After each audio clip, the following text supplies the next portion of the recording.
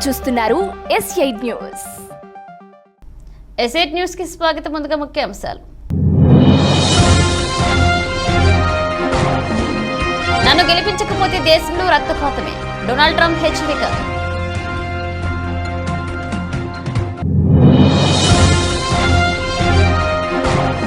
Delhi CM Kejriwal ను వదలని ED, విచారణకు రావాలంటూ మరొకసారి సమన్లు జారీ.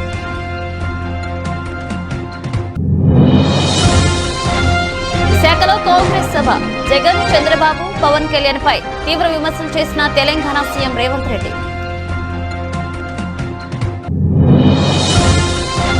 మరొకసారి ప్రజలను మోసం చేసేందుకు చంద్రబాబు, జగన్ సిద్ధమా? విశాఖలో AP సీఎంపై Sharmila fire.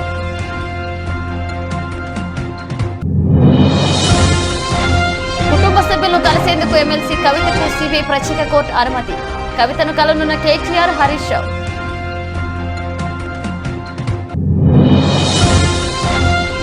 Hardik Pandya Gujarat Titans జట్టును వీడడంపై ప్రధాన కోచ్ ఆశిష్ నెహ్రా కీలక వ్యాఖ్యలు. ఘనంగా హీరోయిన్ కృతి కర్బంద వివాహం, వైరల్ అవుతున్న wedding photo. Family star shooting పూర్తి, విదేశాల నుంచి స్పెషల్ వీడియో షేర్ చేస్తున్న విజయ్. అమెరికా అధ్యక్షుడిగా తనను ఎన్నుకోకపోతే దేశంలో రక్తపాతం తప్పదని రిపబ్లికన్ పార్టీ అధ్యక్ష అభ్యర్థి డొనాల్డ్ ట్రంప్ హెచ్చరించారు. అధ్యక్ష ఎన్నిక జరగనున్న నవంబర్ 5 అమెరికా చరిత్రలో అత్యంత ముఖ్యమైన తేదీ అని చెప్పారు. ఒహియోలోని వాండాలియాలో జరిగిన ర్యాలీలో ట్రంప్ మాట్లాడారు. అయితే ఈ వ్యాఖ్యలు ఏ ఉద్దేశంతో చేశారో స్పష్టంగా వెల్లడించలేదు. అధ్యక్షుడిగా తాను ఎన్నికైతే అమెరికాకు దిగుమతి చేసుకున్న కార్లను చైనా విక్రయించలేదని పేర్కొన్నారు. మెక్సికోలో కార్లను తయారు చేసి వాటిని అమెరికన్లను అమ్మాలని డ్రాగన్ దేశం చూస్తుందని విమర్శించారు ఆయన. తన ప్రత్యర్థి అయిన జో బైడెన్ ను చెత్త అధ్యక్షుడిగా అభివర్ణించారు ట్రంప్. వలసదారులకు మిలియన్ల కొద్దీ వర్క్ పర్మిట్లు మంజూరు చేయడం ద్వారా ఆఫ్రికన్ అమెరికన్ ఓటర్లు బైడెన్ ను వెన్నుపోటు పొడిచారని ఆరోపించారు Trump. Hello everyone. It's your favorite president speaking to you on a really great day of victory. 1 week ago we had something called Super Tuesday, and it was indeed super because we won at numbers that nobody has ever seen before, records in virtually every state. And tonight likewise, but this one got us over the top. The Republican National Committee has just declared us the official nominee, and so we're the official nominee of the Republican Party, which is a big deal. But most importantly, we now have to go into victory because our country's in serious trouble. We have millions and millions of people flowing in. We have no respect on the world stage. What we say doesn't mean a thing anymore. And to have that happen is unthinkable. We have an economy that outside of certain little areas is doing very poorly.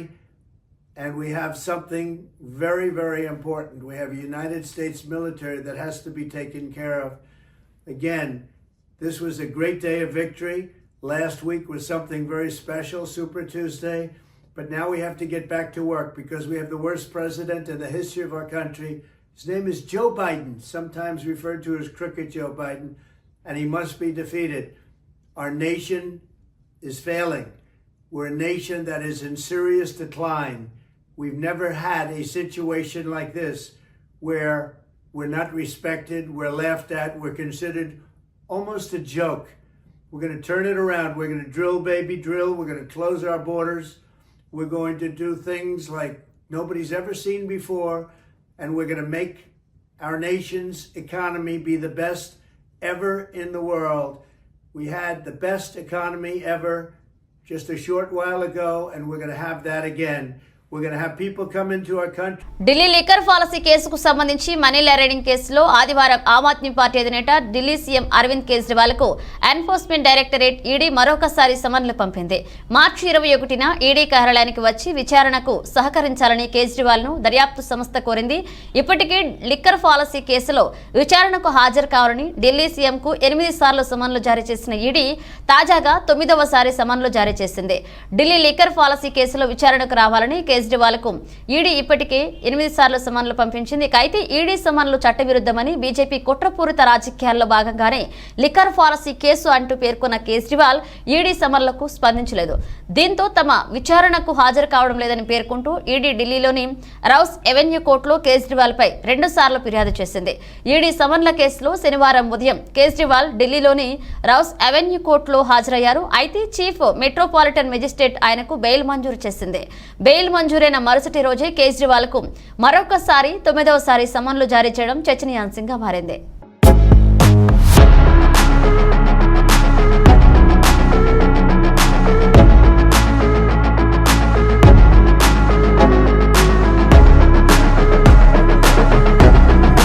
Andhra Pradesh నేతలు జగన్, చంద్రబాబు, పవన్ కళ్యాణ్ పై తెలంగాణ ముఖ్యమంత్రి రేవంత్ రెడ్డి విమర్శలు గుప్పించారు. BJP అంటే బాబు, జగన్, పవన్ అని అన్నారు. విశాఖలో నిర్వహించిన కాంగ్రెస్ సభలో రేవంత్ రెడ్డి మాట్లాడుతూ వైసీపీ, టీడీపీ, జనసేనలో ఎవరు గెలిచినా మోదీ పక్కనే చేరాలని విమర్శించారు. ఆయన మోదీని నిలదీసే ధైర్యం జగన్, చంద్రబాబు, పవన్ లో ఎవరికైనా ఉందా అని రేవంత్ రెడ్డి అన్నారు. వెన్నెముకలేని నాయకులు ప్రజల సమస్యలు పరిష్కరించలేరని అన్నారు. ఈ సభను చూస్తుంటే హైదరాబాద్ లో తాను నిర్వహించిన సభ గుర్తొస్తుందని చెప్పారు. ఏపీలో కాంగ్రెస్ లో వైఎస్ఆర్ బిడ్డ వైఎస్ షర్మిల సభ పెడితే అద్భుతంగా విజయవంతం అవుతుందని అక్కడే చెప్పానని తెలిపారు. వైఎస్ఆర్ వారసులు ఎవరనే అనుమానాలు ఉండొచ్చని, వైఎస్ఆర్ సంకల్ప దీక్షను నిలబెట్టే వారే వారసులవుతారని అన్నారు. రాజశేఖర్ రెడ్డికి అసలు వారసురాలు షర్మిలారెడ్డి అని చెప్పారు. షర్మిలకు ప్రజల మద్దతు ఇవ్వాలని కోరారు రేవంత్ రెడ్డి. వైఎస్ షర్మిల గారి నాయకత్వంలో విశాఖపట్నంలో ఏర్పాటు చేసిన న్యాయ సాధన సభ, విశాఖ ఉక్కు ఆంధ్రుల హక్కు అని వేలాదిగా మీరు తరలి వచ్చి రాజశేఖర రెడ్డి గారి అభిమానులుగా మీ ఉక్కు కర్మాగారాన్ని ఆనాడు త్యాగాల పునాదుల మీద సాధించుకున్న మీరు ఇవాళ విశాఖ ఉక్కును కాపాడుకోవాలని ఒక కార్యక్రమాన్ని ఏర్పాటు చేస్తే, ఈ కార్యక్రమంలో పెద్దలు రఘువీరారెడ్డి గారు CWC member, doctor YS Rajasekhara Reddy గారి ఆత్మ అడుగడుగున ఆయనను వెన్నంటి నిలబడ్డ డాక్టర్ కేవీపీ రామచంద్రరావు గారు, అదేవిధంగా కేంద్ర మంత్రివర్యులు పల్లం రాజు గారు, అదేవిధంగా సిపిఐ నాయకులు నారాయణ గారు, సిపిఎం నాయకులు, అదేవిధంగా కాంగ్రెస్ పార్టీ కార్యనిర్వాహక అధ్యక్షులు, జిల్లా పార్టీ అధ్యక్షులు మిత్రుడు రుద్రరాజు గారు, అదేవిధంగా మండల పార్టీ నాయకులు, గ్రామస్థాయి నాయకులు, రాజశేఖర రెడ్డి గారి అభిమానులందరికీ కూడా హృదయపూర్వకంగా నమస్కారం తెలియజేస్తున్న మిత్రులారా, ఈరోజు వైఎస్ షర్మిల గారి నాయకత్వంలో ఈ సభను చూస్తుంటే నాకు విశాఖపట్నంలో ఉన్నట్టు లేదు. హైదరాబాదు నగరంలో, తెలంగాణలో నేను నా కార్యకర్తలతో ఏర్పాటు చేసిన సభ ఎంత విజయవంతం అవుతుందో, వేలాది మంది వచ్చి అండగా నిలబడతారో ఇవాళ ఇక్కడ చూస్తుంటే నాకు హైదరాబాద్ నగరంలో కాంగ్రెస్ పార్టీ సభను ఏర్పాటు చేసినట్టుగా ఉంది. వాస్తవంగా నేను ఈ సభకు రావాలనుకున్నప్పుడు కొంతమంది మిత్రులు అన్నారు, అక్కడ కాంగ్రెస్ పార్టీ లేదు కదా, మీరెళ్ళి సభ వైఫల్యం చెందితే మనకు చెడ్డ పేరు వస్తుంది కదా అని. అంటే నేను ఒక మాట చెప్పిన వాళ్లకు, వైఎస్ఆర్ బిడ్డ, వైఎస్ఆర్ ఆశయ సాధన కోసం, విశాఖ ఉక్కును కాపాడాలనే ఉక్కు సంకల్పం కోసం షర్మిలమ్మ సభ పెడితే తప్పకుండా ఆయన అభిమానులు అందరూ అక్కడికి వస్తారు, అండగా నిలబడతారని నేను వారికి చెప్పిన ఆ నమ్మకం, విశ్వాసం డాక్టర్ వైఎస్ఆర్ మీద మీరు చూపించి షర్మిలమ్మను ఆశీర్వదించి విశాఖ ఉక్కును కాపాడుకోవడానికి వచ్చినందుకు మీకు అందరికీ మనస్ఫూర్తిగా ధన్యవాదాలు తెలియజేస్తున్న మిత్రులారా, భౌగోళిక రాష్ట్రాలుగా విడిపోయినాం. ఇక్కడ ఉన్నప్పుడు మనకు ఆంధ్రప్రదేశ్, తెలంగాణ, కానీ మన హక్కుల కోసం మన ఆస్తులు కొల్లగొట్టడానికి ఢిల్లీ పెత్తందారులు మన మీద దండయాత్ర చేస్తే మనం తెలుగు వాళ్ళం, మనం అన్నదమ్ములం, ఒకరికి ఒకరం అండగా నిలబడి ఢిల్లీ నుంచి సుల్తానులు వచ్చినా, జాగీర్దారులు, జమీందారులు వచ్చినా తెలుగు గడ్డ మీద జాగ్ స్టీల్ ప్లాంట్ కోసం సీఎం జగన్ ఎందుకు ఉద్యమం చేయలేదని ఏపీ కాంగ్రెస్ అధ్యక్షులు వైఎస్ షర్మిల ప్రశ్నించారు. వైజాగ్ స్టీల్ ప్లాంట్ కోసం సీఎం జగన్ ఎందుకు ఉద్యమం చేయలేదని ఏపీ కాంగ్రెస్ అధ్యక్షులు వైఎస్ షర్మిల ప్రశ్నించారు. తమ ప్రాణాలు అడ్డువేసి అయినా సరే స్టీల్ ప్లాంట్ ను కాపాడుకుంటామని ప్రకటించారు. విశాఖ ఉక్కు ఆంధ్రుల హక్కు పేరుతో శనివారం సాయంత్రం స్టీల్ ప్లాంట్ ఆవరణంలో ఏర్పాటు చేసిన సదస్సులో ఆమె మాట్లాడారు. ఇప్పటికే గంగవరం పోర్టును ఆదానికి అప్పగించారు. విశాఖ స్టీల్ ప్లాంట్ పై కుట్రలు పన్నుతున్నారని అన్నారు. క్రమంగా పరిశ్రమను నష్టాల్లోకి తీసుకువెళ్లారు. ఇక్కడ పనిచేసే 30,000 మంది కార్మికులు ఏం కావాలి, పరిశ్రమను ప్రైవేట్ పరం చేయొద్దని అసెంబ్లీలో తీర్మానం చేసి చేతులు దులుపుకుంటుంటే సరిపోతుందా? ప్రత్యేక హోదా, పోలవరం, రాజధాని గురించి కేంద్రాన్ని పాలకపక్షం, ప్రతిపక్షం ఎవరు అడగరు. ఒక్కరంటే ఒకరైనా కార్మికులకు మద్దతుగా నిలిచారా? సిద్ధం సభలకు జగన్ 600 కోట్లు ఖర్చు పెడుతున్నారని, ప్రజలను మరొకసారి మోసం చేసేందుకు ఆయన సిద్ధమయ్యారంటూ షర్మిల విమర్శించారు. రాష్ట్రంలో ఎక్కడ చూసినా ల్యాండ్ మైనింగ్, లిక్కర్ మాఫియా అనే సంపూర్ణ మద్యపాన నిషేధమని హామీ ఏమైందంటూ ప్రశ్నించారు. పూర్తిగా మద్య నిషేధం చేయకపోతే వచ్చే ఎన్నికల్లో ఓట్లు అడగనన్నారు. చివరికి ప్రభుత్వమే మద్యం విక్రయిస్తుంది. 10 ఏళ్లుగా కేంద్రంలో అధికారంలో ఉన్న భాజపా రాష్ట్రానికి ఏమైనా ఇచ్చిందా అంటూ ప్రశ్నించారు. ఒక ఊరి అభ్యర్థులను మరొక ఊరికి మార్చడం ఎప్పుడూ చూడలేదన్నారు. అభ్యర్థులను బదిలీ చేయడం వైకాపాలోనే చూస్తున్నామని షర్మిల విమర్శించారు. చేశాడు రాజశేఖర రెడ్డి గారు విశాఖ ఉక్కు కోసం. రాజశేఖర రెడ్డి గారు బ్రతికే ఉంటే విశాఖ ఉక్కుకు ఈ ఫ్యాక్టరీకి సొంతంగా మైనింగ్ కోసం మైన్స్ కూడా సొంత గనులే ఈ పాటికి ఏర్పాటు చేసేవాడు రాజశేఖర రెడ్డి గారు. కానీ దురదృష్టం, కాంగ్రెస్ పార్టీ ఎన్ని ప్రయత్నాలు చేసినా ఈ రోజు వరకు ఒక సొంత మైన్ లేకపోయింది విశాఖ ఉక్కుకు. కానీ 2014 వరకు లాభాలలో నడిచిన ఫ్యాక్టరీ ఆ తర్వాత క్రమంగా ఒకటొకటిగా వచ్చిన ప్రభుత్వాల ప్రోత్సాహం లేకపోతే క్రమంగా నష్టాల్లో, క్రమంగా అప్పుల్లో కూరుకుపోయింది విశాఖ స్టీల్. కారణం ఎవరు? దొంగలు ఊళ్ళు దోచుకున్నారు అన్నట్టు ఈ విశాఖ ఉక్కును దోచుకోవడానికి తయారయ్యారు కేంద్ర రాష్ట్ర ప్రభుత్వాలు. కారణం 35,000 ఎకరాల ల్యాండ్ బ్యాంక్ ఉన్న ఫ్యాక్టరీ విశాఖ ఉక్కు. దాదాపు లక్షల కోట్లు విలువ చేస్తుంది. అదే గనుక ఈ ఫ్యాక్టరీని నష్టాల పాలు చేసి అప్పుల పాలు చేస్తే ఇక అడ్డేముంది, ఇది నష్టాలలో ఉంది అని చెప్పి దీన్ని ప్రైవేటైజ్ చేయొచ్చు అని కుట్ర పన్నారు కేంద్ర రాష్ట్ర ప్రభుత్వాలు. ఇందాక అంకుల్ చెప్పినట్టు, రఘువీరారెడ్డి గారు చెప్పినట్టు, ఒక కుక్కను చంపాలంటే ఇది పిచ్చిది అని పుకారు పుట్టిస్తే చాలట, పెద్ద పని కాదు. అలాగే విశాఖ ఉక్కుకు సంబంధించి ఒక్కొక్కటిగా అసలు మైన్ లేకుండా ఇంతవరకు ఉంది అంటే దానికి ప్రధాన కారణమే ప్రభుత్వాలు. ఆ బాధ్యతను విస్మరించారు కాబట్టే ఈరోజు నష్టాలలో కూరుకుపోయింది.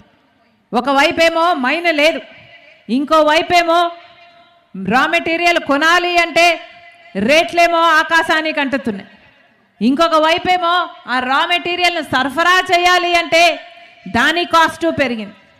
ఎలక్ట్రిసిటీ విషయంలోనూ అంతే.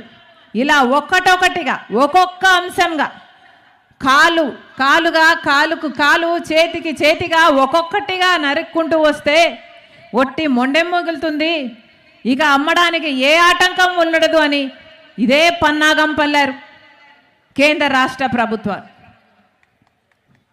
గంగవరం పోర్ట్ గంగవరం పోర్టు చూస్తున్నాం. బీఆర్ఎస్ ఎమ్మెల్సీ కవితను ఆమె కుటుంబ సభ్యులు కలిసేందుకు సిబిఐ ప్రత్యేక కోర్టు అనుమతి ఇచ్చింది. ఎన్ఫోర్స్మెంట్ డైరెక్టరేట్ కస్టడీలో ఉన్న కవితను కలిసేందుకు కోర్టు సమయాన్ని నిర్ధారించింది. ఈడీ కస్టడీలో ఉన్నంత వరకు ప్రతిరోజు సాయంత్రం 6 గంటల నుంచి రాత్రి 7 గంటల మధ్య కవితను కలిసేందుకు కోర్టు అవకాశం కల్పించింది. అయితే ఈ క్రమంలో కవిత భర్త అనిల్ తో పాటు ఆమె సోదరుడు కేటీఆర్, హరీష్ రావు, ప్రణీత్ న్యాయవాదులు కలిసే అవకాశం ఉంది. ఆదివారం సాయంత్రం కోర్టు నిర్దేశించిన సమయంలోనే కేటీఆర్, హరీష్ రావులు కవితను కలిసే అవకాశం ఉందని బీఆర్ఎస్ నేతలు పేర్కొన్నారు. మార్చి 23 వరకు కవితకు ఈడీ కస్టడీకి కోర్టు విధించింది. కవిత కోరినట్లుగా స్టేషనరీ, బుక్స్, ఆమె కళ్లద్దాలు అందించాలని సూచించింది. ప్రతిరోజు ఉదయం 10 గంటల నుంచి సాయంత్రం 5 గంటల వరకు మాత్రమే కవితను విచారించాల్సిందిగా కోర్టు ఆదేశించింది. అంతేకాదు విచారణకు సంబంధించి వీడియో రూపంలో రికార్డ్ చేయాలని ఈడీని ఆదేశించింది. అలాగే కవితకు ఆమె ఇంటి దగ్గర నుంచి భోజనం పంపించేలా అనుమతి ఇచ్చింది. మార్చి 23న మధ్యాహ్నం 12 గంటలకు కవితను కోర్టులో ప్రవేశపెట్టాలని ఆదేశాల్లో పేర్కొంది.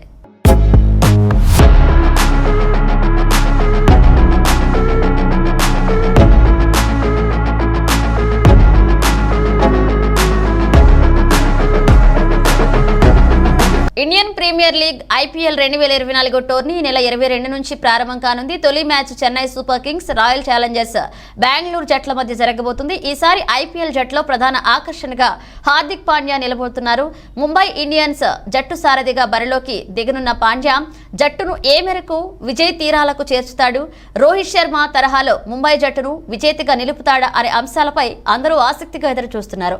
మరొక వైపు రోహిత్ ను కెప్టెన్సీ నుంచి తొలగించడంపై ముంబై జట్టు రోహిత్ ఫ్యాన్స్ సోషల్ మీడియా వేదికగా మండిపడుతున్నారు.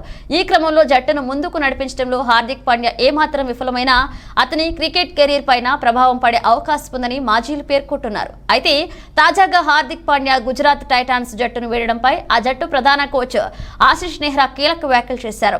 హార్దిక్ పాండ్యా గుజరాత్ టైటాన్స్ జట్టును వీడి ముంబై ఇండియన్స్ జట్టులో చేరడం అనేది ఆయన ఇష్టం. అతన్ని నేనే ఆపేందుకు ఎప్పుడూ ప్రయత్నించలేదు.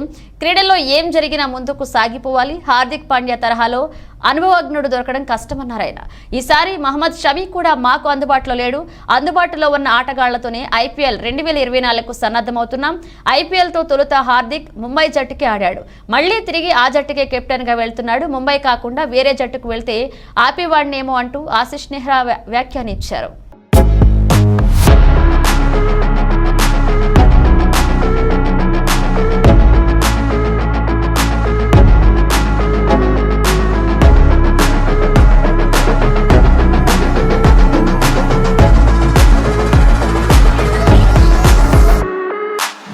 తెలుగు, తమిళ, హిందీ సినిమాల్లో నటించిన కృతి ఖర్బంద తాజాగా నిన్న మార్చి 15న ఓ నటుడిని వివాహం చేసుకుంది.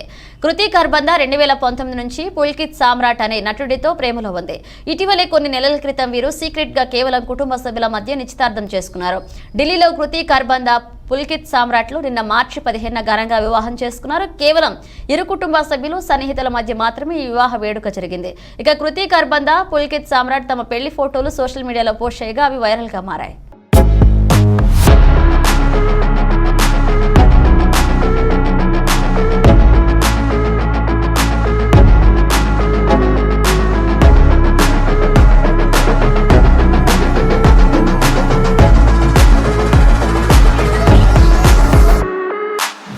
లైగర్ సినిమా భారీ పరాజయం తర్వాత విజయ్ దేవరకొండ ఫ్యామిలీ స్టార్ అంటూ రాబోతున్నాడు. గతంలో తనకి గీతా గోవిందం లాంటి 100 కోట్ల హిట్ సినిమా ఇచ్చిన పరశురామ్ దర్శకత్వంలో ఈ సినిమా తెరకెక్కుతుంది.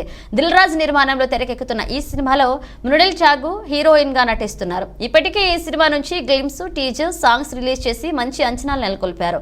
ఫ్యామిలీ స్టార్ సినిమా మిడిల్ క్లాస్ ఫ్యామిలీలకు కనెక్ట్ అవుతూనే విజయ్ డాన్స్ కి కావాల్సిన మాస్ అంశాలు కూడా ఉండబోతున్నట్లుగా తెలుస్తుంది.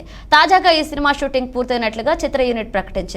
విజయ్ దేవరకొండ, మృణిల్ టాగు, డైరెక్టర్ పరశురామ్ షూటింగ్ పూర్తయిన సందర్భంగా కౌగిలించుకుని ఆనందం వ్యక్తం చేస్తూ మా షూట్ కంప్లీట్ అయిందని విదేశాల్లో షూటింగ్ లొకేషన్ నుంచి ఓ వీడియోని రిలీజ్ చేశారు. ప్రస్తుతం ఫ్యామిలీ స్టార్ షూటింగ్ అయిపోయింది అంటూ రిలీజ్ చేస్తున్న ఈ చిన్న వీడియో వైరల్ గా మారింది. త్వరలోనే ఈ సినిమా ట్రైలర్ రిలీజ్ చేయనున్నారు. ఇక ఫ్యామిలీ స్టార్ సినిమా ఏప్రిల్ 5న థియేటర్స్ లోకి రానుంది. విజయ్ ఫ్యాన్స్ ఈ సినిమా కోసం ఆతృతగా ఎదురు చూస్తున్నారు. ఈ సినిమాతో ఎలాగైనా హిట్ కొట్టాలని భావిస్తున్నారు.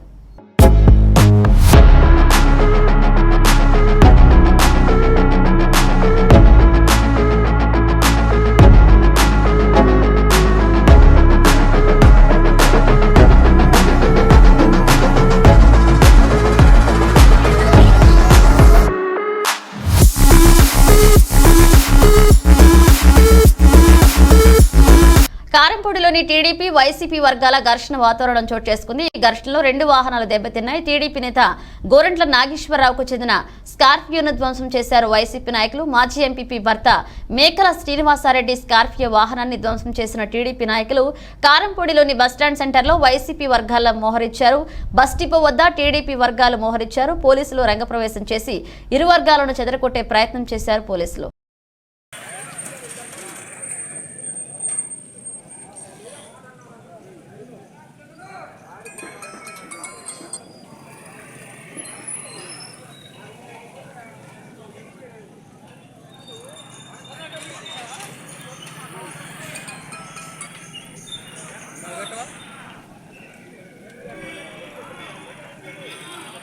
రాష్ట్రంలో మరొకసారి అధికారంలోకి వచ్చేందుకు రాష్ట్ర ముఖ్యమంత్రి వైఎస్ జగన్మోహన్ రెడ్డి 175 నియోజకవర్గాల 25 పార్లమెంటు స్థానాలను ఒకసారి ప్రకటించి చరిత్ర సృష్టించారు. 2019 ఎన్నికల్లో కూడా ఇదే విధంగా ఒకేసారి అభ్యర్థులను ప్రకటించి తన సత్తాను చాటుకున్నారని, మరొకసారి ప్రజలు అవకాశం ఇస్తారని అనంతపురం అర్బన్ ఎమ్మెల్యే అనంత వెంకటరామరెడ్డి స్పష్టం చేశారు. ఆదివారం నగరంలోని పాతూరులో ఇంటింటికి వైఎస్ఆర్ కాంగ్రెస్ పార్టీ కార్యక్రమాన్ని ఆయన నిర్వహించారు. అధ్యక్షుని హోదాలో కూడా ఈరోజు YSR Congress party assembly 175 assembly అభ్యర్థులతో పాటు పార్లమెంటుకు అన్ని స్థానాలను కూడా ఎవరు కానీ ఈ దేశంలో ఏ రాజకీయ పార్టీ చేయని విధంగా అన్ని స్థానాలు కూడా ఒకే ఒక మారు కూడా మళ్ళీ రెండో మారు కూడా ప్రకటించడం కూడా ప్రకటించారు.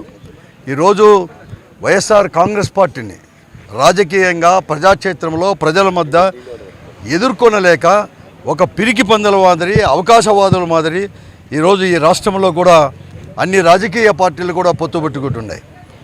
ఈరోజు ప్రజాగలం పేరిట కూడా గుంటూరు దగ్గర చిలకలూరుపేటలో కూడా ఈరోజు చేస్తున్నారు.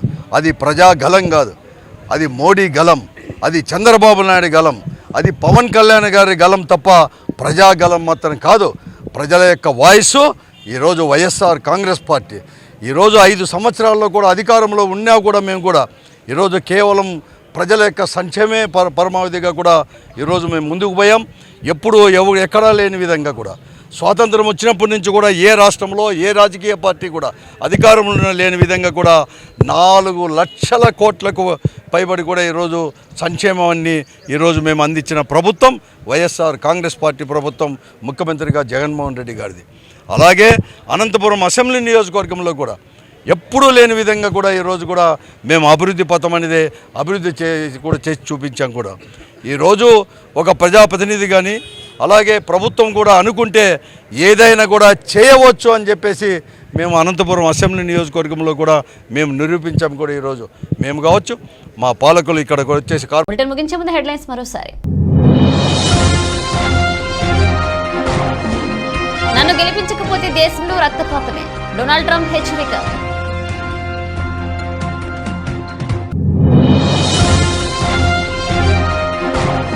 ఢిల్లీ సీఎం కేజ్రీవాల్ ను వదలని ఈడీ, విచారణకు రావాలంటూ మరొకసారి సమన్లు జారీ.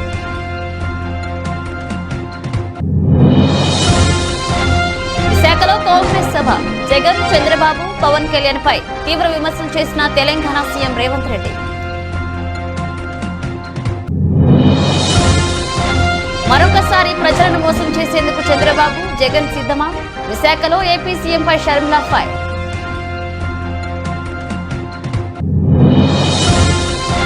కుటుంబ సభ్యులను కలిసేందుకు ఎమ్మెల్సీ కవితకు సిబిఐ ప్రత్యేక కోర్టు అనుమతి. కవితను కలనున్న కేటీఆర్, హరీష్ రావు.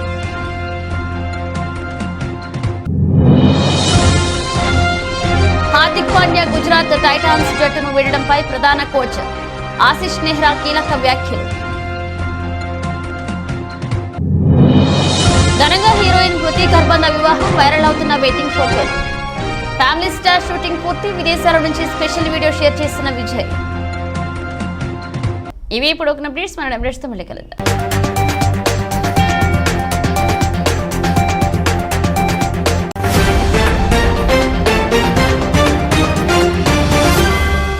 మీరు చూస్తున్నారు S8 న్యూస్.